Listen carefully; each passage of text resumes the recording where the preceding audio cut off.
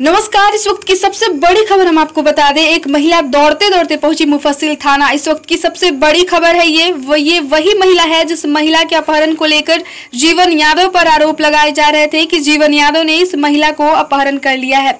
लेकिन ये महिला आज मुफस्सिल थाना पहुंचकर मीडिया के समक्ष इस बात को कबूल किया कि मेरा कोई अपहरण नहीं हुआ है, मेरे पति द्वारा जीवन यादव को फंसाने की कोशिश की जा रही है।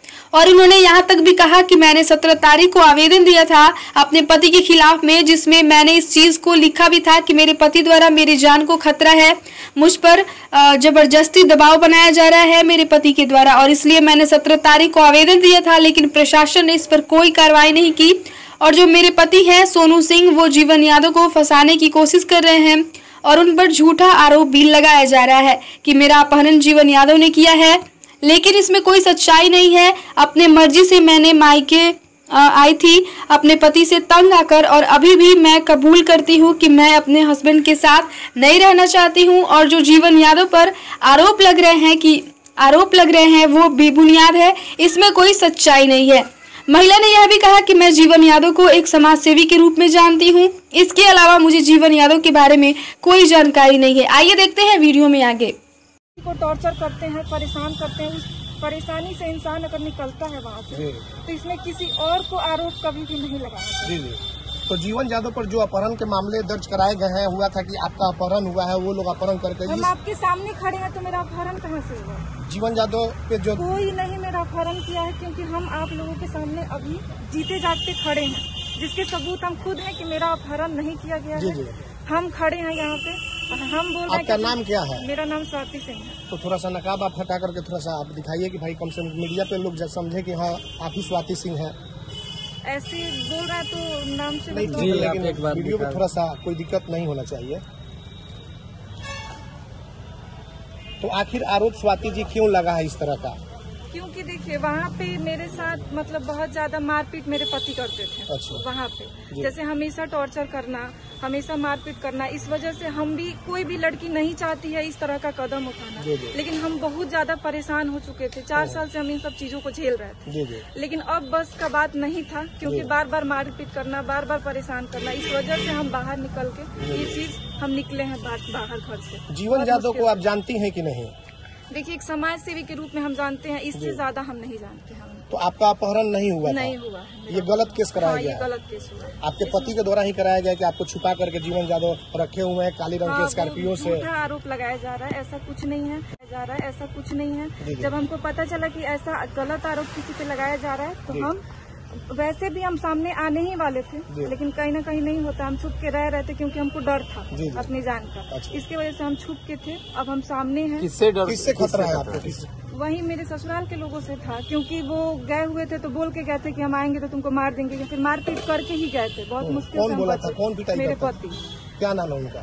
सोनू कुमार सिंह। अच्छा, वो क्यों मारते पीटते थे आपको? ऐसे ही बेमतलब का टॉर्चर हमेशा किया जाता था, और उससे ज्यादा क्या कहा जा सकता है। जब ये सब चीजें हैं तो आप लोग समझ ही सकते। तो आज मुफस्सिल थाना किस लिए आप पहुंची हुई हैं? क्योंकि हम यहाँ पे बोलना चाहते हैं कि ये सब चीजें गलत है, किसी पे आरोप लगाना गलत है। मान लीजिए जो चीज है ही नहीं उस पे क्यों ऐसा किया जाए, क्योंकि हम तो अपना जान खुद बचा के भाग रहे हैं, तो किसी और पे आरोप क्यों लगाया जा रहा है? भाग कर आप कहाँ रह रहे थे? हम ऐसे यहीं कहीं मतलब नहीं होता, हाँ छुप के रह रहे हैं स्टेशन। मतलब कि सीधे तौर पे जो FIR जीवन यादव पे अपहरण का हुआ है बिल्कुल गलत है। गलत है, आपका कहीं से कुछ नहीं? कहीं से कुछ। अपना नाम बताइए। मेरा स्वाति सिंह नाम। आपके पिता का नाम?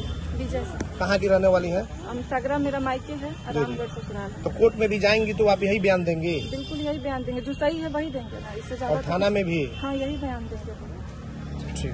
माने कि मेरा जान का खतरा है, डर है इस बात का, ठीक है। इस बात का हमको डर था तो हम डायरेक्टली यहाँ पे आए थे।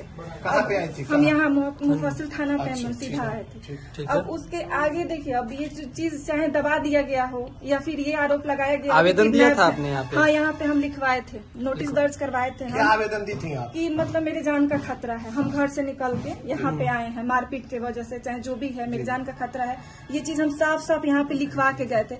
तो किडनैपिंग का केस कहाँ बनता है जबकि हम घर से सीधा यहाँ पे आए? कितने तारीख? 17 तारीख को हम यहाँ पे आए थे। क्या आश्वासन मिला यहाँ से? वो लोग बोले कि लिखवा दीजिए आप, हम लोग ये करेंगे। तो हम निश्चिंत हो गए कि चलो हम लिखवा दिए, और हम कहीं जाके नहीं होता, इधर उधर हम रहने लगे कि जैसे ही कुछ बात, क्योंकि एक लड़की के लिए ये बहुत बड़ी बात है, घर छोड़ना कोई भी नहीं चाहता है। मुझे नहीं समझ में आ रहा था कि क्या करना चाहिए, इसीलिए हम चुप के थे कि आगे जो करना होगा हम सोच समझ के अपना स्वाति जी, करेंगे। आखिर इसमें जीवन यादव कहाँ से आ गए जो आपके पति के द्वारा FIR अब देखिए, मुझे ये बात नहीं पता है कि ये लोग क्यों ऐसा कर रहे हैं। जब ये लोग बातें रखेंगे तो हम अपना जवाब दे सकते हैं कि भाई ये लोग नाम क्यों ला रहे हैं। अच्छा, ठीक है, तभी तो मान लीजिए कोई सामने से सवाल करेगा तभी तो जवाब दिया जाएगा ना। ऐसे आपको क्या पता है, बस हम सुने कि हाँ किसी पे इंसान पे गलत आरोप लगाया जा रहा है तो इसलिए हमको आके बोलना पड़ रहा है यहाँ। तो आप जो आवेदन दी थी उसके बाद कुछ यहाँ पे मुफस्सिल थानाध्यक्ष या किसी कर्मी से, पुलिसकर्मी से बातचीत हुई कि उसपे क्या? नहीं, मेरा मोबाइल यहीं से गायब हो गया।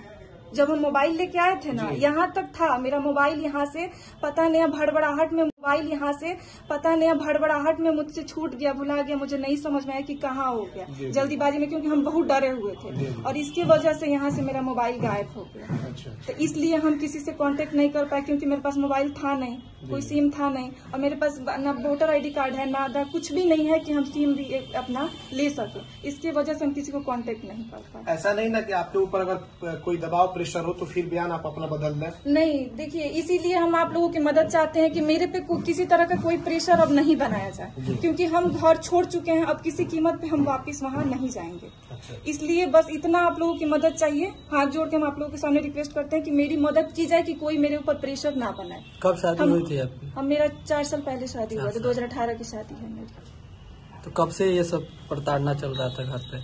शुरू से ही चल रहा है, लेकिन हम नहीं होता है। कोई भी लड़की चाहती है कि सब ठीक हो जाए, इज्जत बच जाए परिवार की, कोई भी तो यही कोशिश करता है, लेकिन अब हम उब चुके थे इन सब चीजों से। इसलिए मुझे आपके साथ ऐसा क्यों किया जा रहा है, क्या कारण है?